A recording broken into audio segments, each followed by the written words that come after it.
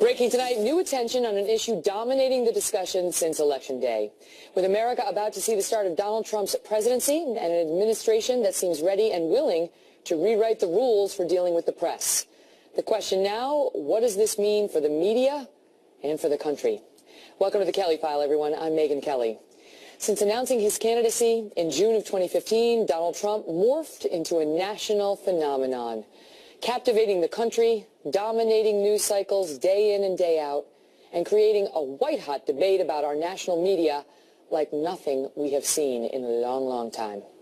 Tonight we have a candid conversation with some of the best-known reporters and media critics in the country, here to reflect on the media's highs, its lows, and what lies ahead. Beginning tonight with Media Buzz host Howie Kurtz. Hi, Howie. Hey, Megyn. You know, from the moment Donald Trump descended on the Trump Tower escalator, and especially when he attacked Mexican immigrants as rapists, most of the media wrote off his candidacy. We better be ready for the fact that he might be leading the Republican ticket next. I know you don't believe that, but I want to go on. And the cycle kept repeating itself, as when Trump criticized former POW John McCain, saying he preferred military men who weren't captured. I don't know the fitness that Donald Trump possesses to be commenting on other people's heroism. The most lethal foe that he has ever faced in his own life, I think, was Rosie O'Donnell. He's not a real legitimate candidate, but he is number one and number two. You do have to cover him. And again when he proposed a temporary ban on Muslim immigrants. Are you a bigot? Not at all. Probably the least of anybody you've ever met. You're increasingly being compared to Hitler. Does that give you any pause at all? No, because what I'm doing is no different than what FDR's solution for Germans, Italians, Japanese, Some pundits said Trump had self-destructed when he attacked a Mexican-American judge, again when he attacked the Gold Star family, and some said he was toast after the Access Hollywood tape on which he talked about how his celebrity status enabled him to kiss and grope women. I honestly feel like there's a pretty good chance we don't know who the Republican candidate is for president by the end of this weekend. Will this kill his campaign? I think this could be it. And after the third debate, when he wouldn't promise to accept the election outcome? He may as well have laid down in his own coffin with a hammer and nail and pounded it in himself. But by saying he won't accept the results of the election, that was just a lights-out moment in American politics. 2 days before the election, with virtually all of the media establishment saying all signs pointed to a Hillary Clinton victory, I had to ask this question. A number of pundits came out 2 weeks ago, said this race was over, done, Hillary was going to win, who's going to be in her cabinet, no way Trump could pull this thing off. Was that, in retrospect, reckless? It was in a way, because throughout the primary, the media kept saying that Donald Trump couldn't win the primary, and then he kept winning state after state after state and became the nominee. And now the media are calling him president-elect. A question for you, Howie, though. When you go through those controversies, were people, like all these media reporters, were they writing him off as a group, or were they asking the question, is this the end of Trump? Because there's a difference between those two. There was a real mixture, Megyn. Some of them were writing him off. This guy is never going to win the nomination or the election. Some were saying, well, he seems to be seriously wounded. Well, he's never going to survive this. All of that we rehearsed and talked about over and over and over again. They really never quite grasped the nature of his appeal to working-class voters, and now scrambling for other explanations. It's Russian hackers. It's a bunch of Yahoo racists who voted for him. It's the media's fault. Still not fully grasping or accepting that Donald Trump won this election. Howie, good to see you. So as Howie just mentioned, the media not only discounted Donald Trump's chances of winning the White House, but many openly laughed at the possibility. Here on the Kelly File, we kept a close eye on the polls, too, which suggested he was going to lose, but also the trends, which wound up serving our audience rather well.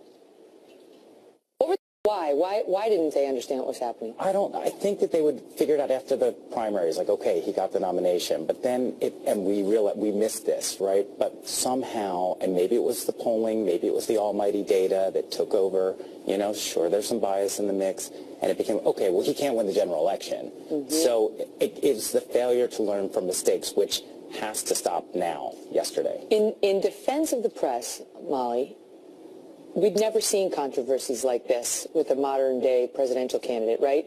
And so when you go after a Gold Star family, as he did, and when you talk about this Miss Universe contestant, which was obviously a trap for him, but he rolled around in it. He loved his trap, needing to lose weight, and she was too big, and all that. You know, it was no one criticizing John McCain. Those were actual controversies that you could see how it would lead people based on, you know, a couple hundred years of experience to say, how could he possibly? No? Are we being too tough on the media? Certainly unlike any other candidate that we had seen in the modern era. At the same time, in addition to these controversies, there was a lot of policy issues that people were resonating with. He spoke to concerns about how we fight wars, how we handle our immigration, what our national security should be like, whether our economic system is benefiting who we want it to benefit. He also talked about these things at the same time that he was talking about all these other sort of shinier distractions. And it would have been good for the media to realize that those issues were resonating, not just because Trump was doing a good job communicating with people on them, but that Hillary Clinton was not. What about the fact that the media, they rely on polls? And I think about 4 years ago when Mitt Romney was running, and it was neck and neck, according to a lot of these polls, but there were a couple pollsters like Rasmussen that kept saying he was going to win. You know, and there were some people who were saying he could still win, he could win, look at Rasmussen, and all the other polls showed it tight, but weren't really showing him ahead, Mitt Romney ahead. Then we get to election night and Barack Obama wins easily. So this time around, all the polls, except for really that LA Times poll, which was this unusual experiment, and in the last week or so, the IBD poll, all of them were showing that Trump was going to lose. Yeah. And so what responsibility did the media have, you know, to contextualize these polls, to accept the polls, or to question the polls in their reporting? Megan, I think we should have questioned those polls repeatedly during that election, but the polls fit the stereotypes in the head of the national media. You know, when Howie said there's a bunch of Yahoo racists out there, which the media still, some are characterizing. The people in Wisconsin, where I come from, as that's how they voted for Trump. No other explanation. The mistake that was made is we did not go out into America and get to know who those people were. We relied on somebody in New York or Washington or wherever giving us poll data, telling us what they were in a statistical profile, instead of really old-fashioned legacy journalism. And God knows, look, as stripped down as the media is today, we have enough resources to go to Wisconsin and talk to people. And by the way, we can do better than going to a diner and talking about how much pancakes they eat and how silly their sweatshirts look. Really engage the people in this country in a conversation. If we had done even a little of that, Megan, we would not have missed this colossal cultural shift. The story of Trump's victory is one of the greatest cultural stories in decades. And we missed it cold. Everybody missed it. Yep. It's unbelievable. I take that back. I don't want to get carried away. Everybody didn't miss it. Some of us were saying, hey, you know, just what you did, just the segment they ran, you know. Hey, he caught up. Some people were... Don't write him off. Exactly. Not everybody missed it, but you know that the major players were saying it was impossible. You know what? I think the irony, God punishing the Clintons, was that they believed it, too, that she believed it, and she didn't go to Wisconsin. The truth is, though, and there are many Trump supporters now, public Trump supporters, who are like, I told you so, but the truth is, most Trump supporters, except those on the very, very inner circle, also thought he was going to lose. Yes. And I know a lot of them very well, and they didn't want him to lose, but they were completely convinced all the way up to Election Day that he was going to lose. Even Trump has suggested that he believed that based on the polls.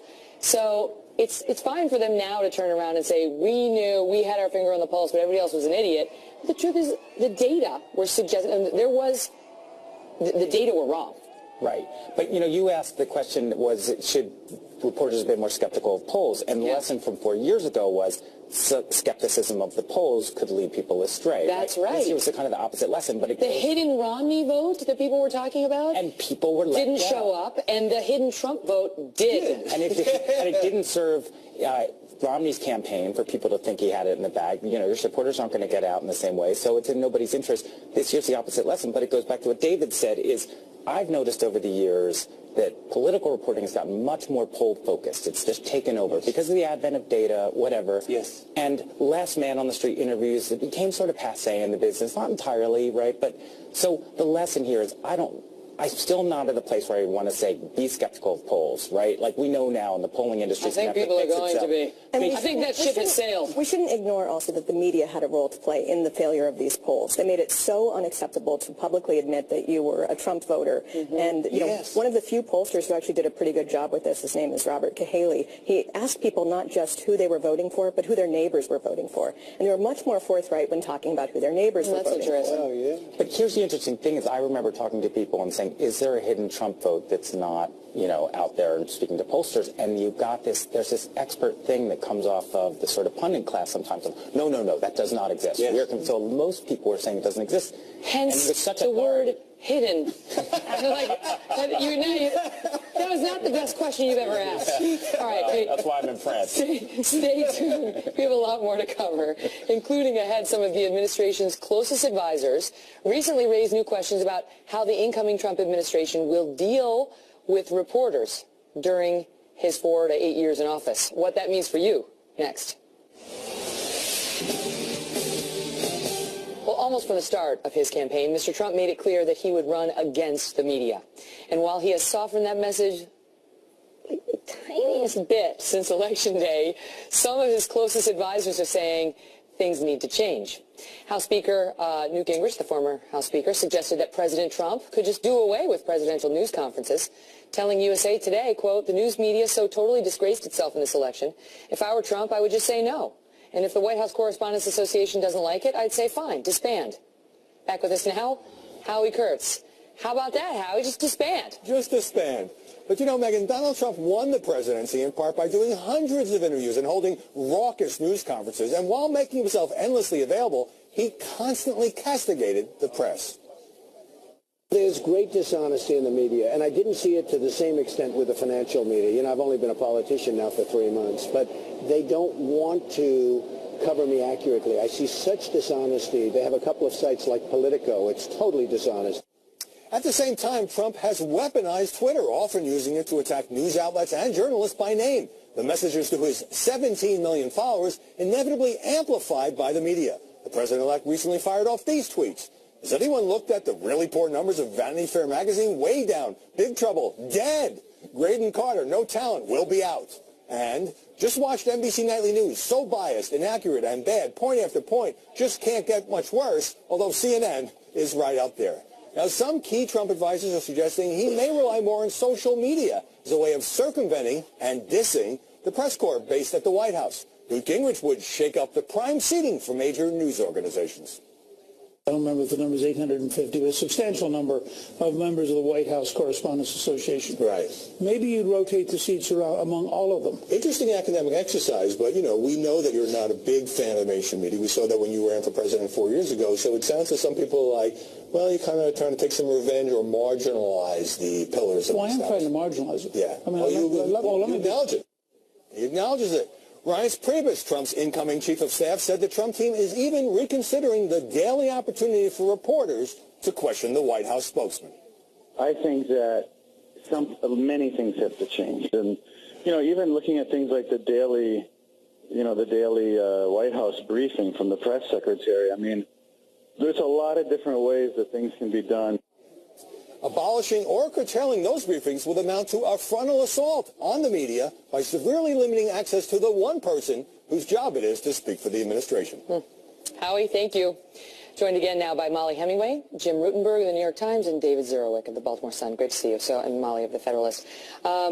I don't know. The average American's probably not shaking in her boots over the thought of the White House press corps having the seating arrangement upended potentially, or not having as much access to the president. Does it matter?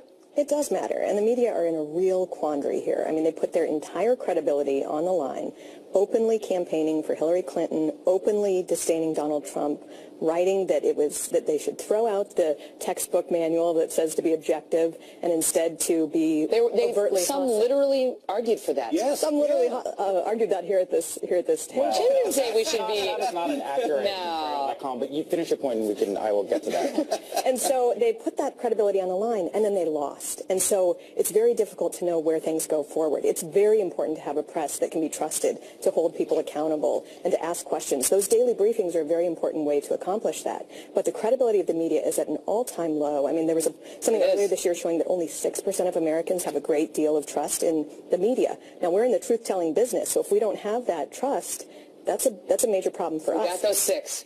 All right, Jim, give it to her. I'll answer this, and then I want to also talk about the briefing room, but I'll make it fast. The column that you referred to actually had a Jim is the media critic for the New York Times, so go ahead. And there's the column you referred to had a beginning, a middle, and an end, and it was the idea that Donald Trump was challenging the norms.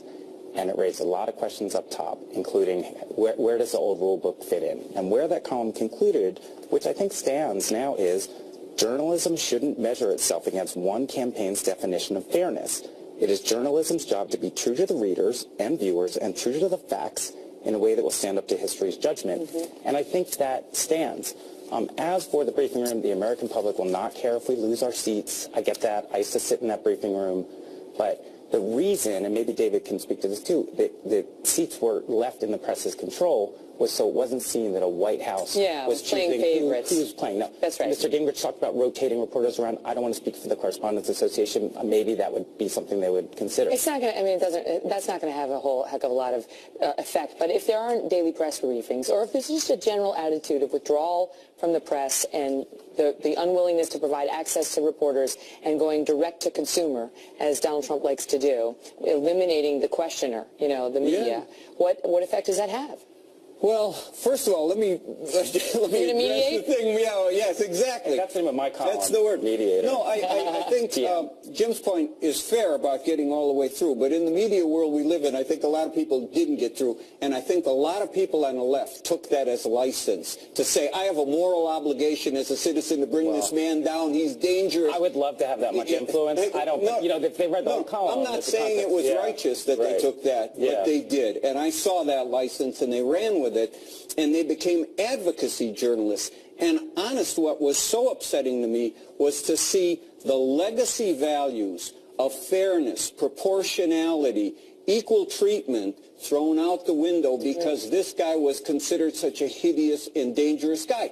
Even if you consider him that, even if you believe that, the traditional values that I've been socialized to in journalism says you go out of your way to be fair to him. You say to your editor, listen, I find this guy really offensive. Will you push back whenever I write this and you know that's in my head? Because I can't get it out of my head. We're not objective. We're human beings.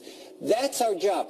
I'm not saying the Times. I'm saying a lot of people took it as license because of the Times. Molly, you have an interesting post now at the Federalist talking about how no one at this table, but that you feel some of the hand-wringing we're seeing from some in the press about how, we need to be truth tellers and we need to batten down the hatches and we need, slow and steady, straight ahead. You find it basically hypocritical because you didn't see that same determination perhaps under the Obama years. Right. It's actually very important that we do our jobs, that we do tell the truth, that we do hold people accountable. But that has to be in the context of it being what we've done forever. And in the last 8 years, we saw a media that was pretty obsequious to the president. They really liked him. You could see that they liked him. And most media outlets were not in an oppositional stance toward him at all, no matter if it was accepting what he claimed about what Obamacare would do or the Iran deal or any number of things. And so it's this call to arms to be brave truth tellers in the face of Trump kind of... Like take Benghazi.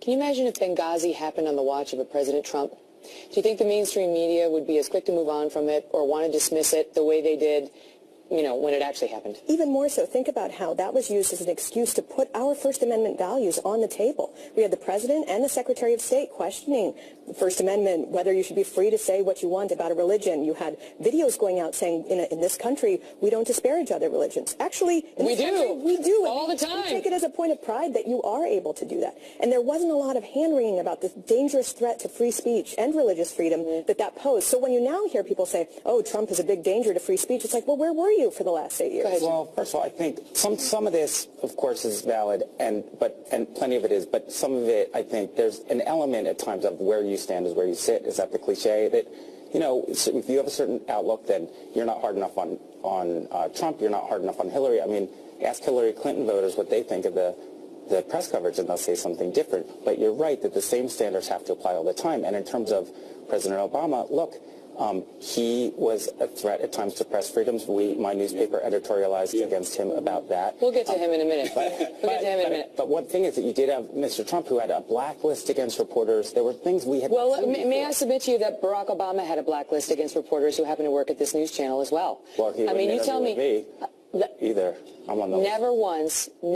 All right, and take Hillary Clinton. All of her time out there saying what a fantastic journalist I am, which she was using because she knew Trump had attacked me. She was using to try to curry favor with certain voting blocs. I asked her 50 ways from Sunday to come on this program, through everyone I could possibly ask her. She wouldn't do it.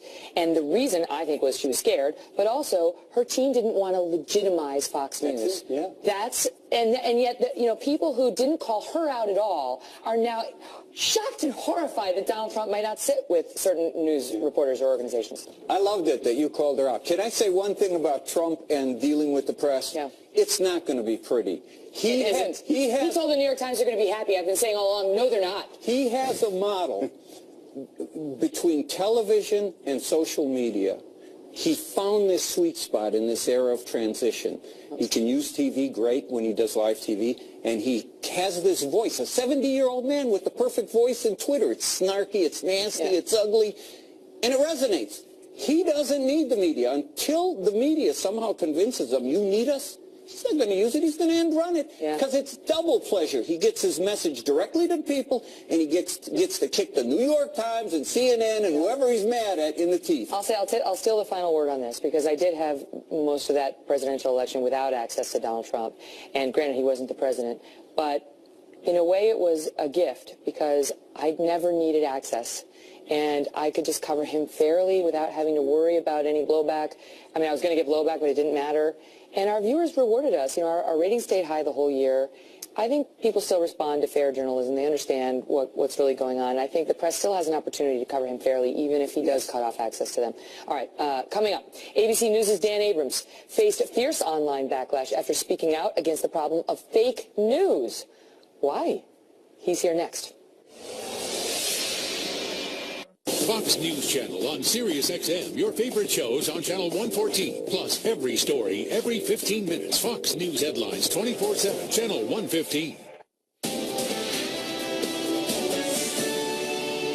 Live from America's News Headquarters, I'm Kelly Wright. Good evening. Here's what's happening. Post-Christmas words of differences between President Obama and his successor, Donald Trump.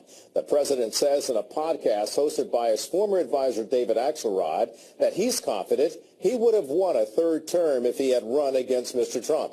Mr. Obama thinks he would have been able to sell middle America on the vision he's pursued for the last 8 years. Mr. Trump responded on Twitter in all caps, quote, "No way." Mr. Trump is also turning his Twitter attacks toward the UN following its vote to condemn Israeli settlements. Trump today tweeted that the UN is, quote, "just a club for people to have a good time." Washington's abstention from Friday's Security Council vote has infuriated Israeli leaders. Mr. Trump tweeted that things will be different come January 20th. That's a look at news. I'm Kelly Wright. Now back to the Kelly Special.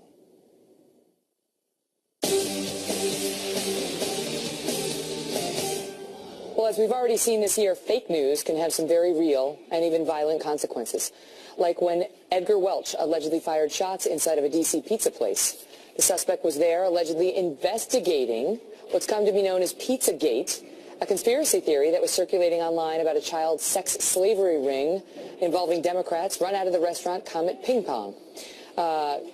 This is a pizza shop. Joining me now, Dan Abrams, who's chief legal affairs anchor for ABC News and was attacked online after calling out the Pizzagate story as 100% false. Dan, good to see you. Good to see you. So you can't do that anymore because they're like, my internet tells me it's so. Well, or they say, my internet tells me this hasn't been investigated enough, right? So the burden now is on disproving conspiracy theory. So conspiracy theory gets thrown out there with no actual evidence, and then the people who want to believe it say to people who say, well, there's no evidence, this isn't true. The response is, Well, that's because you haven't investigated it. And you create this sort of circular nonsense which puts you in a position where there is no such thing as what's true and what's not true. And that's a dangerous place to be. Right. But is it more dangerous right now than it was in the past? Yes. Do you feel like it's getting worse? No question. Why? Social media. Because the bottom line is that now anyone is a media organization. Anyone who wants to share an item can and does do that, which is generally a good thing.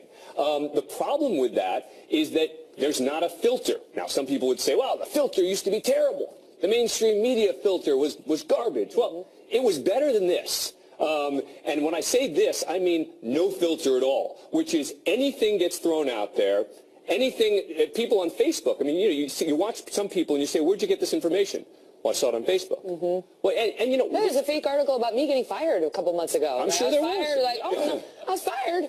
I thought I'd find out by my security card not working any longer, not on Facebook. Exactly. But it was nonsense. Facebook had to come out and apologize for it, but this happens all the time. All the time. And look, it's not that Facebook is writing the articles, right? It's just that people who are using Facebook are distributing it. Now, the one thing I would say that should give some hope to those of us who care and like the media as a whole is that when people are polled, it still shows that 60-something% of them view mainstream media organizations as either credible or very credible. Now, 60-something% isn't where you'd hope it would be, right? You'd hope you'd be in the 80s and the 90s.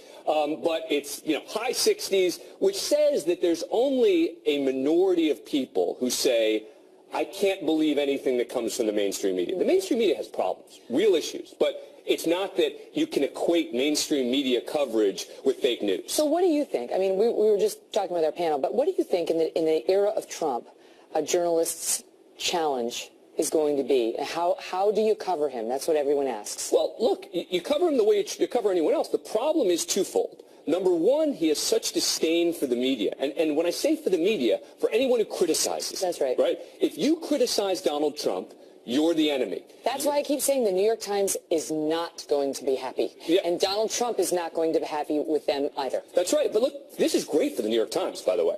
It's going to make them the voice to take on Donald Trump. He's going to keep giving them publicity. What Donald Trump did for Vanity Fair by talking about this failing magazine, suddenly Vanity, what's Vanity Fair up to these days? The name's in your head, right. Oh my God, J-Lo, I love her. Right, yeah. I mean, it's not a bad thing when Donald Trump blasts you because he blasts everybody. But from a journalistic point of view, you got to call him out when he's saying things that aren't true. And you know what?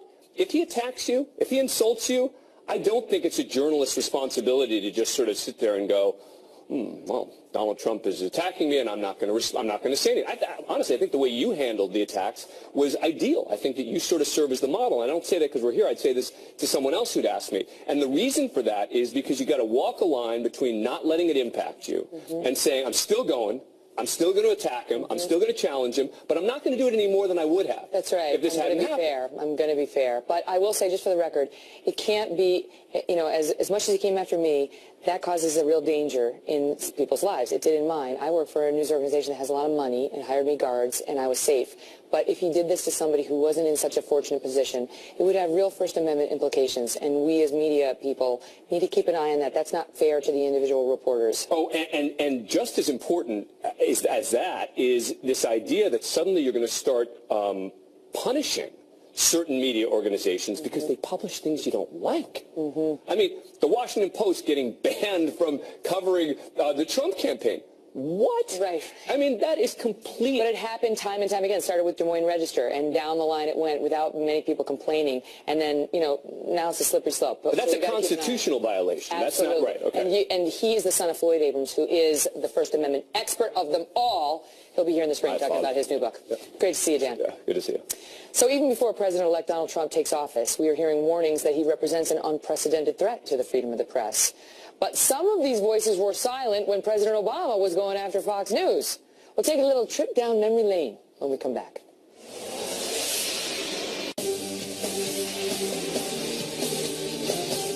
Well, over the course of the 2016 election and in the days that followed, top journalists and major media organizations issued dire warnings that President-elect Donald Trump represents an unprecedented threat to the freedom of the press.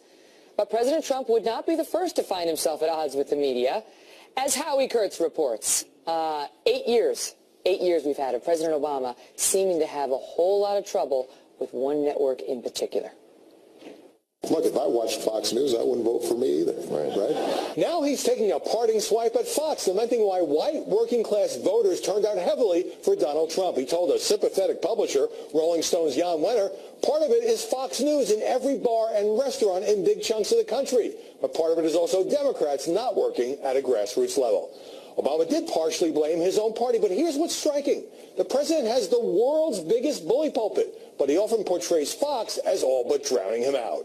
First of all, I've got one television station that is entirely devoted to attacking my administration.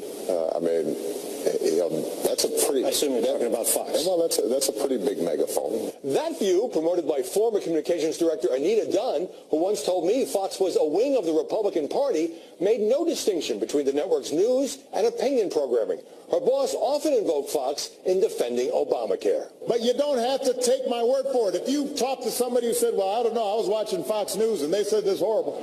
Fox journalists would push back when they were excluded from a media blitz. These guys, everything is personal. I got to tell you, everything. They are the biggest bunch of crybabies I have dealt with in my 30 years in Washington. His Justice Department also battled the press, seizing phone records from the AP and Fox's chief Washington correspondent James Rosen in leak investigations, and even branding Rosen a criminal co-conspirator. Sometimes Obama uses the channel to argue that the right and the left prefer sympathetic outlets, but lately his Fox fixation seemed to fade. It's been a while. Better late than never. Megyn, President Obama is entitled to challenge what he views as unfair criticism, but at times he has used Fox as a scapegoat. But wow, compared to Trump, Donald Trump is way harsher toward the press, has drawn far more negative media coverage than the outgoing president. Trump, as you know, has repeatedly attacked CNN and the New York Times and has sometimes criticized Fox as well. Howie, thank you. Back with us again, Molly Hemingway, Jim Rutenberg, and David Zurowick. And we were just talking about some of the attacks he's had on the reporters. And to your point earlier, David, the need, when he was coming after me at the height of, his anger after that debate, and many of his supporters were angry about that question I asked him at the debate, I did what you said. I said to my colleagues on the Kelly file, you check me. I have to have an armed security guard now. I'm under threat. My kids are under threat. And I don't want to go too hard on him to punish him, and I don't want to go too easy on him out of a desire to get him to back off either. You need somebody to have your back. Yeah, your team came through for you, too, because I was watching at that time, and I thought, okay, this could come. How's she going to react? Let's see, And you did. I thought you were remarkably fair in that. As a matter of fact, when you went and did the interview with him in primetime, people said, oh, she was too nice to him, Yeah. But that was the way you covered him down the middle. And look, you saw what we was doing on Twitter to you. The other day I said, hey, maybe we should have Twitter mobs for the truth when he lies on Twitter, because he seems to like mobs so much. Well, you do have to be, you're in a similar situation, Molly. You do have to, as a journalist covering Donald Trump, you are going to have to understand storms will come and figure out a way to weather them. Right. There were times when I covered Trump and I was more favorable than other journalists were, and there were times I was critical of him. And when you're critical of Donald Trump, you do get an army of people coming after you, and you have to think about how to handle that where it doesn't affect your how much you respond and whatnot. Mm-hmm. That is something that I do not think a lot of journalists are excelling at right now. They seem to be, just in general, they seem to be getting whipped up into frenzies when Donald Trump goes after them. And he's clearly showing no signs that he's going to back down. So maybe think about our strategy and how we handle it. What did you make of Barack Obama? If we didn't have Fox News on in the bars, we would have had a different result. Yeah, I'm really wondering what his understanding of bars are, because I love going to bars, and there's not really a lot of cable news on in those. It's an untapped market for us. We've got to look into that in our ad sales. But it is a bit hypocritical of Barack Obama now to be taking this I've got the vapors over Donald Trump and the First Amendment when he has spent 8 years blowing off this network and attacking us relentlessly. Well, I think sometimes there are personalities on this network that could give as good as they got with him, right? So that's fine. So our editorial page doesn't like him. Right. That's fine. Sean Hannity does not need to like him. That shouldn't make him refuse to speak to the journalists of Fox News, which he did. And as you well know, that's what Donald Trump gets in trouble for doing. He doesn't like the editorial page, so he punishes the reporters. I'll tell you something that happened in that history of that is that in 2009, when he cut Fox, he didn't do it. Some staffers at the Treasury Department cut Fox out of and the other networks stood shoulder to shoulder with us and said no. And on the AP and James Rosen, again, several newspapers, including mine, did editorialize against it. And I think, you know, the question is now what happens. I think that the press is never going to act as a monolith because we all have competing interests and we want to beat each other every day. Yeah. But sometimes hopefully there will be times when the reporters in that press room, when they think that something is, you know, not being answered or whatever, or people are getting cut out, they stand together some. Yeah, go ahead. No, I believe President Obama was the biggest enemy of the press since Richard Nixon. In 2009, when he went after Fox and said Fox is not a legitimate news organization, and he tried to get ABC and other people to go in on it. I wrote about it. And here's this guy at the Baltimore Sun. Politico called me up and said, you know, you're the only mainstream journalist who says Fox is legitimate. Are you a true believer? And I said, yeah, I'm a true believer in democracy and the fact that the executive branch of the government does not get to say who the hell is the legitimate member of the press. You got to stop this. He was going full tilt on that thing. And it was finally when that Treasury Department press session, when they didn't let him in, that everybody came together. They were giving interviews to all the networks in the and pool, they didn't invite him. except for Fox. And the other networks said, you can't do that. And in fairness, Jake Tapper, who was at ABC, was one of the first to break and call him out on that, to give him credit, because I was so happy to get the cover of somebody from a network at that point, because they were saying, you should be really worried that you're out there with Fox. It was outrageous. I'm serious. Obama and what he did to James Rosen, the Times and Fox, outrageous. But they criminalized it. So Donald Trump's going to take it to a new level. Barack Obama tried to delegitimize Fox. That didn't work out very well for him. Donald Trump is going to try to delegitimize the entire media. But Molly, your point is the media has helped him. They've helped delegitimize themselves. And there's a reason why the country doesn't trust them. Right. This is the problem with how we handled ourselves throughout the last year. So many of us were so extreme and so overt in our partisanship that people don't really necessarily feel like Donald Trump needs to be particularly deferential to the media. And in fact, it's always important to have the media being able to investigate and hold someone accountable. So this is a somewhat treacherous time. And Donald Trump being able to communicate... It's like the boy who cried wolf. It's nothing but the boy who cried wolf. Right, these organizations who were apoplectic over every little thing he did over the past 16 months, no one's listening to them anymore. Right, and also the breakup of the media environment where Donald Trump can kind of go by the gatekeepers and just communicate with people directly through Twitter also decreases that public outcry for transparency and press conferences and whatnot. And I think it's harder for the public to see how it's important to have those where you're directly getting to ask questions or having sit-down interviews when he's constantly talking to us through these other means. On top of all of this, you get the fact that he is a master communicator. He is a master communicator and very effective at, penetrating the lens, connecting with an audience. So it's going to be an interesting ride. Stay tuned, because it's not unusual for the president-elect to call out the media for being biased, crooked, even untruthful. And up next, we'll show you how the media is returning the favor. And we continue our conversation now on Trump and the media with a look at how some outlets are now reacting to the attacks from the president-elect. Huffington Post writing about, quote, why Trump's war on the media is a danger to our democracy. The Denver Post writing, quote, Trump's disregard for the press, like Clinton's, is dangerous. And the website Vox declaring, quote, we have 100 days to stop Donald Trump from systemically corrupting our institutions. Joining me again, Dan Abrams, Chief Legal Affairs Anchor for ABC News and founder of the Abrams Media Network. And one of their websites is Mediaite, which we like a lot. Also Law News, which I really like. Oh, sorry, I'm off on a tangent. No, this is good. The motion is good. It's good for legal stories. I don't remember a lot of those people defending Fox when Barack Obama spent 8 years coming after us. I don't remember them talking about the First Amendment implications. Yeah, look, I think that you can argue there's a difference, though, between Obama going after Fox and Trump talking about changing the entire way the media covers the president. Criticizing Fox, you know, you can disagree with Obama. You can say it wasn't helpful to him. Donald Trump criticizing the New York Times or whoever. I think those two are equivalents, right? But my greater concern is what Donald Trump is talking about doing in terms of margin.